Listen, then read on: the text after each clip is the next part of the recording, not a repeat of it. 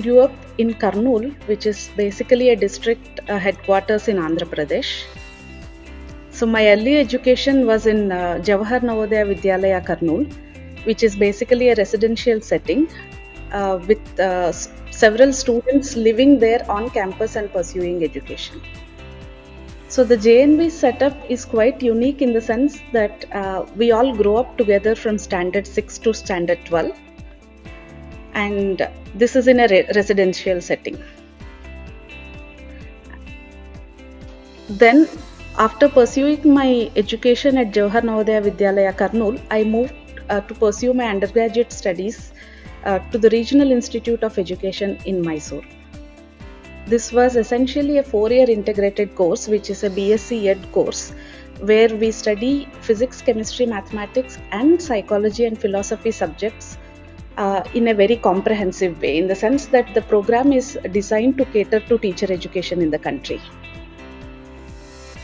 We now talk about National Education Policy 2020, and I'm very proud to say that the two institutions that I was educated in were already following several of the mandates that we have set in NEP 2020.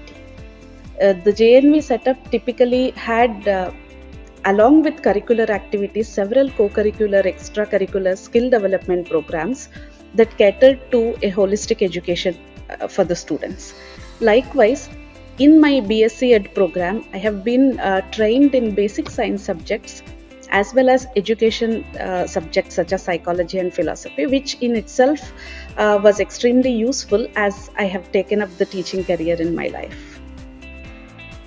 And then after pursuing my BSc Ed, I moved on to the Indian Institute of Technology in Guwahati to pursue my master's in chemistry.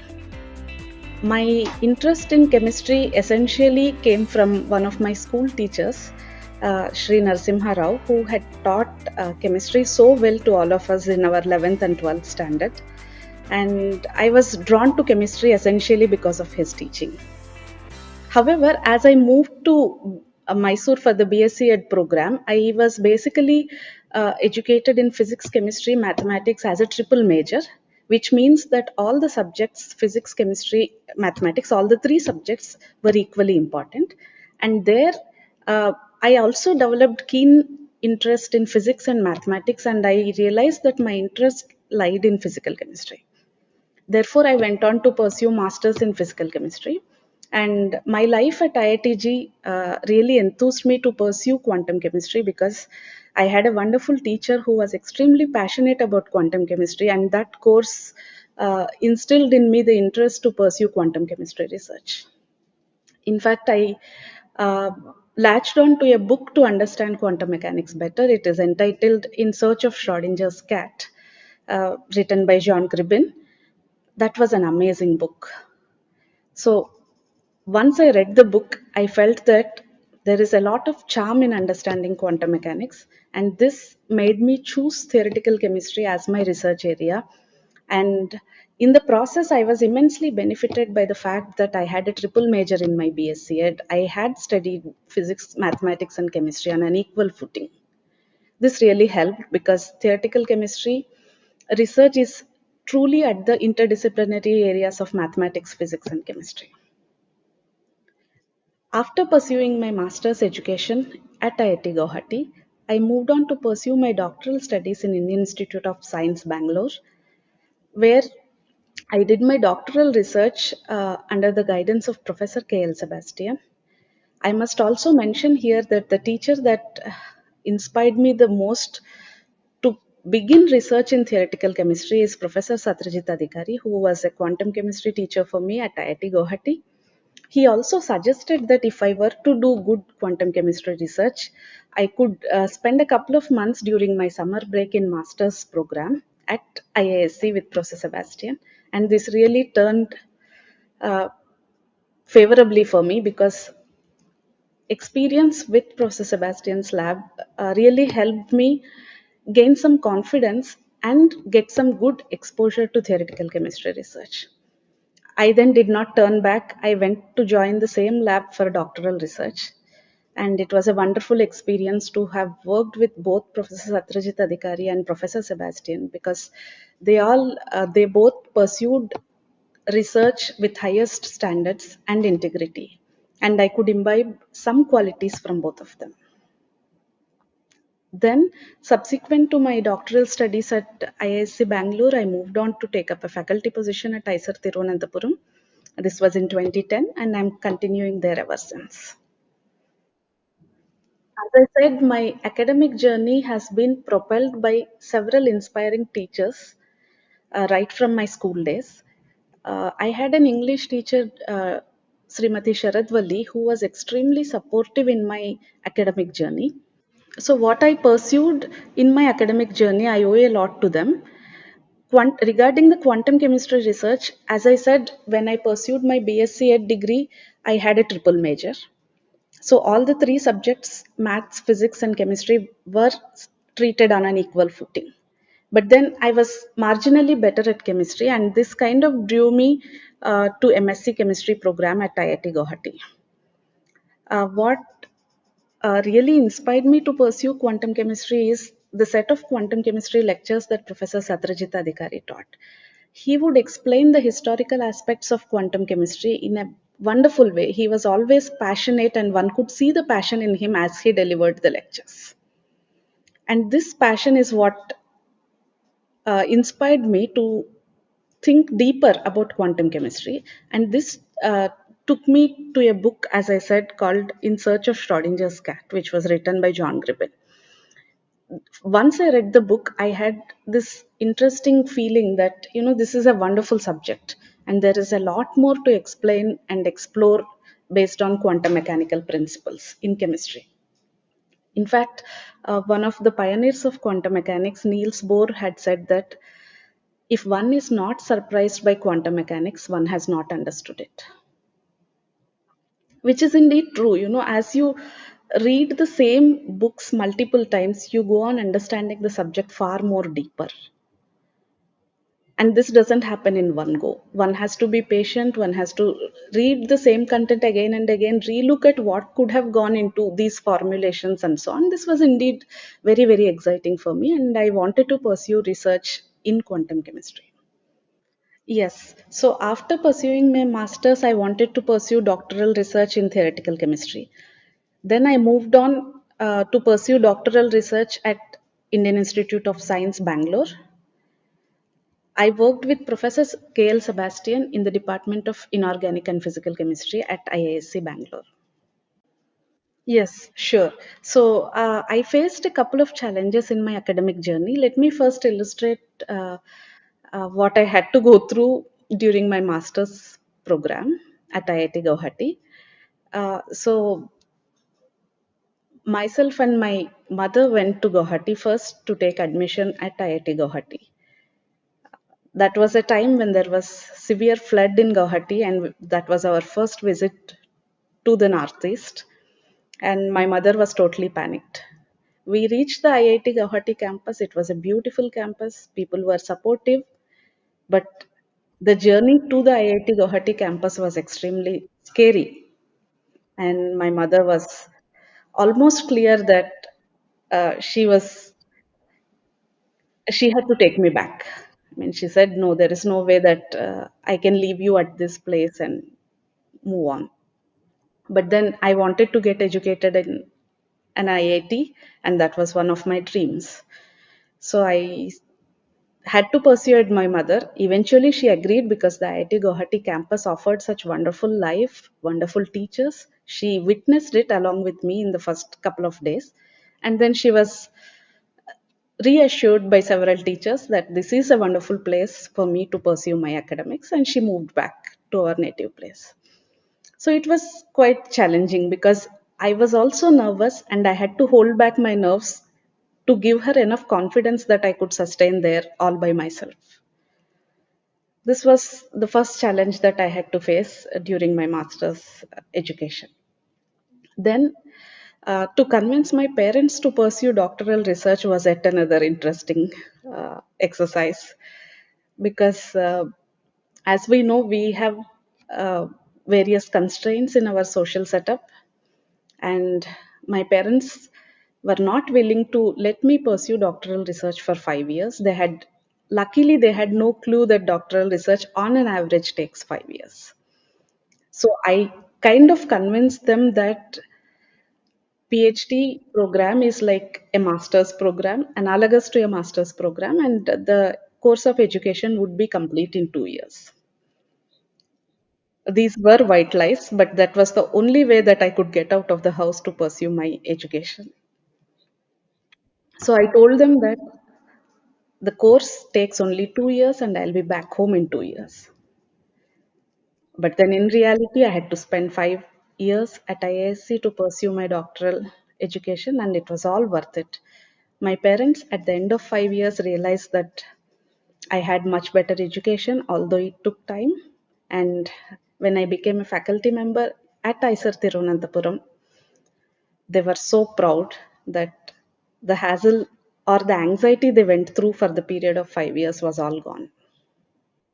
So every once in 6 months that I go home, I would tell them that it's another 4 months, another 6 months. And I dragged it on till 4.5 years. And then I said, okay, now my final presentation is up. I'm going to submit my doctoral research work soon. Give me a couple of more months.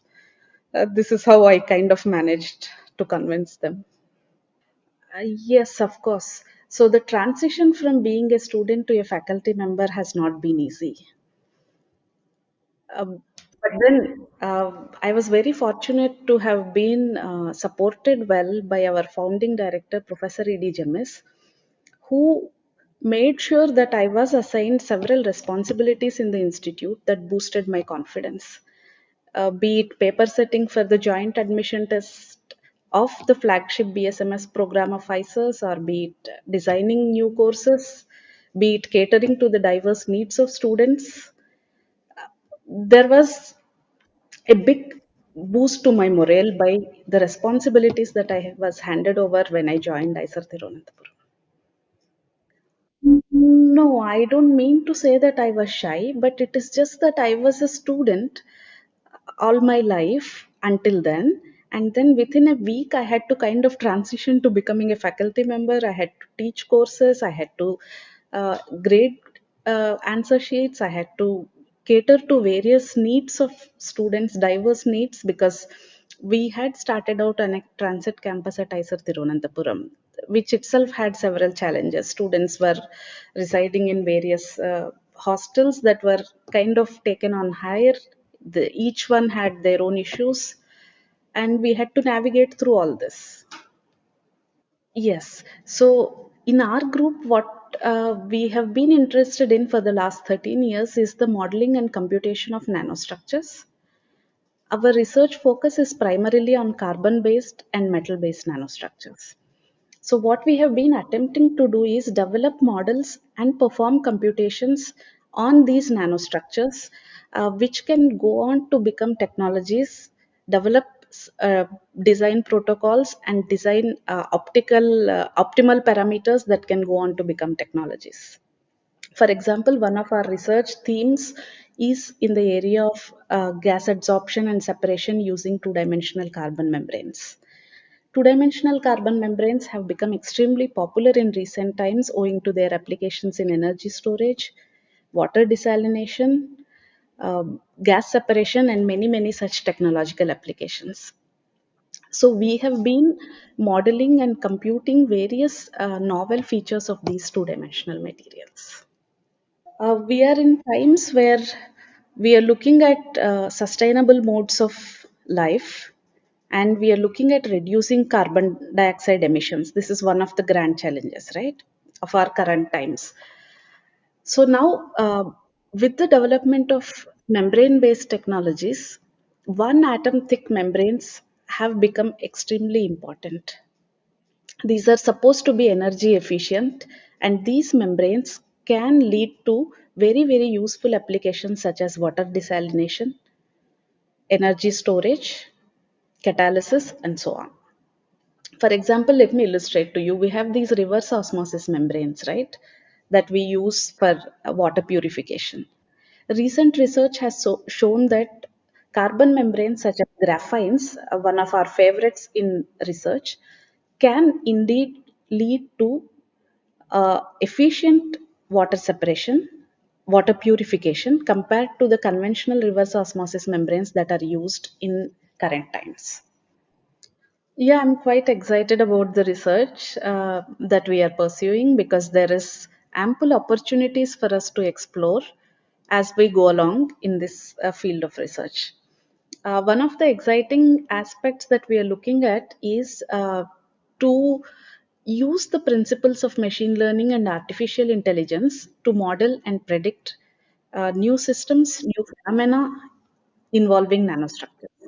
One of the challenges with regard to modeling nanostructures is that microscopic models are not efficient for modeling nanostructures, while macroscopic models are not accurate, which means that one has to typically strike a delicate balance and develop modeling methodologies that can, in principle, capture decent efficiency and decent accuracy in one go. This is a challenge. So, in order to address this, we have recently adopted one of the artificial intelligence based techniques known as particle swarm optimization in my research. And this technique has been found to be extremely useful in generating lot of insights. For example, as I talked to you about, gas adsorption is one of the important problems in the context of sustainability. So we look at modeling large cluster adsorption on carbon membranes to assess their energetics. We could achieve this in the last 5 years or so using this swarm intelligence technique.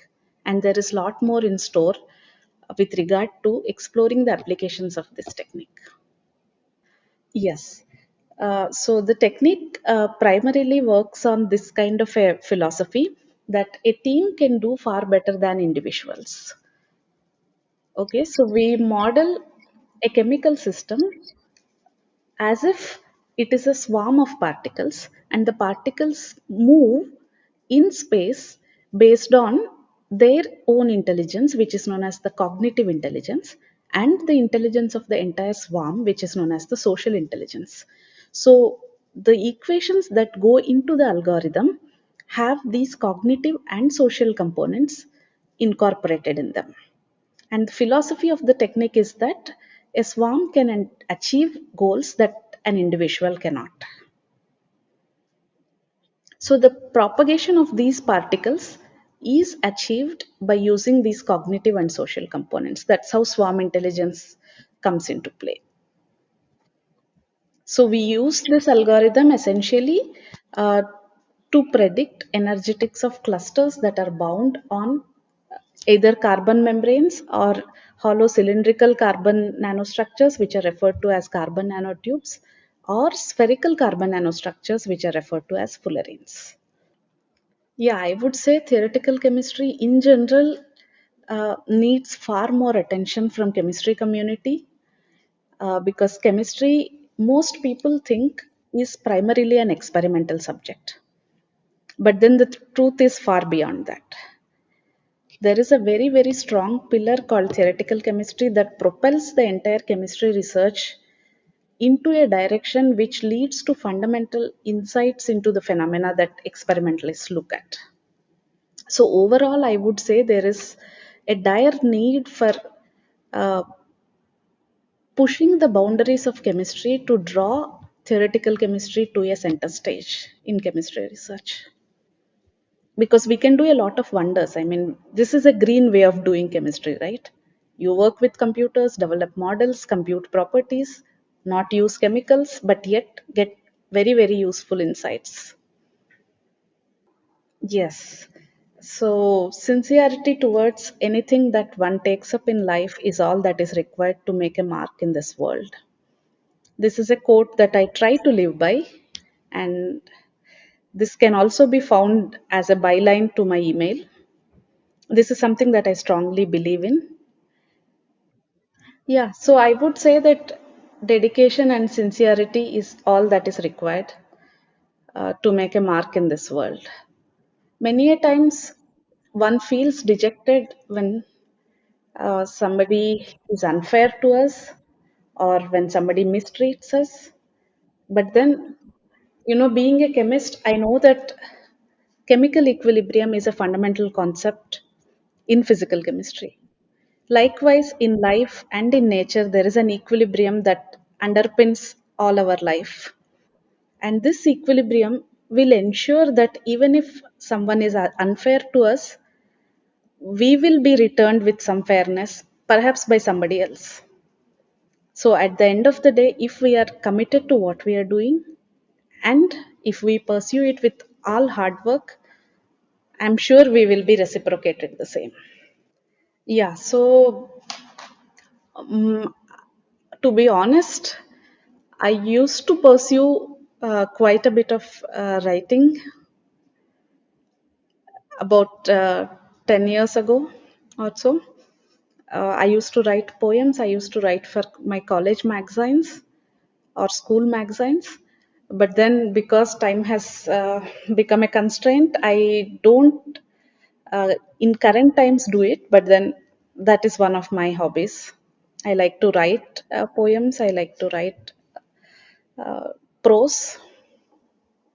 Yeah, here again, I think that there are many, many ways in which we can make very subtle changes in our life so that the lifestyle changes that each of us make can contribute in a big way to make this planet livable for the future generations.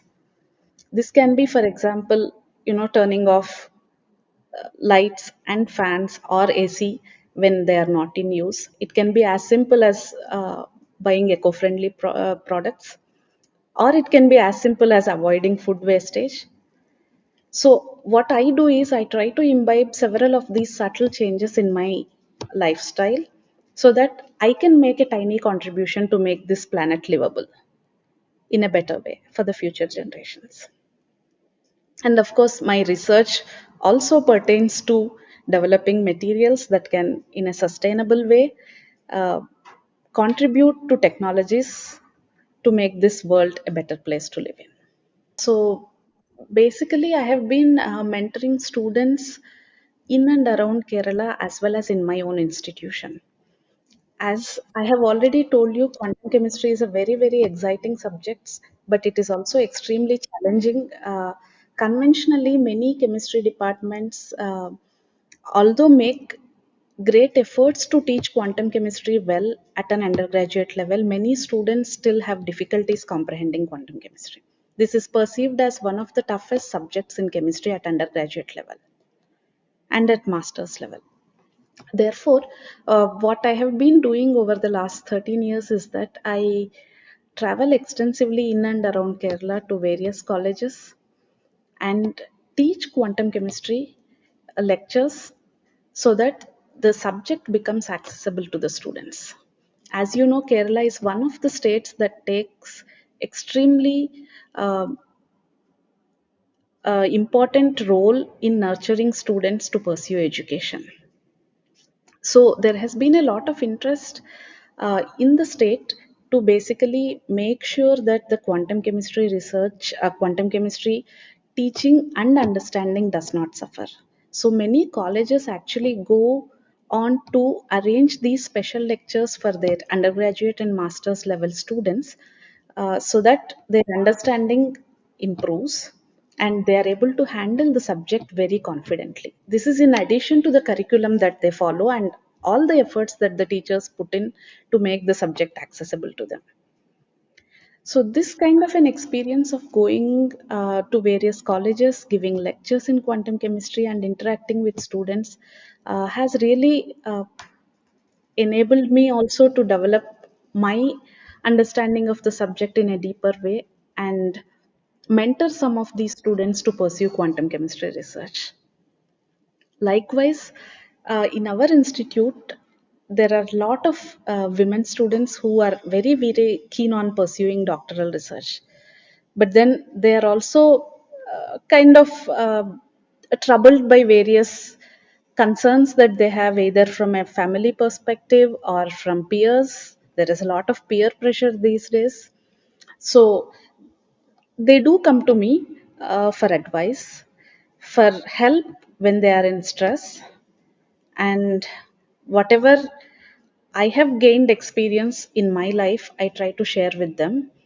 Sometimes it does go to the level of narrating my personal difficulties to them so that they feel assured that life is not rosy always. Everybody has to go through the same kind of struggle, although it can be subjective depending on what one is looking at.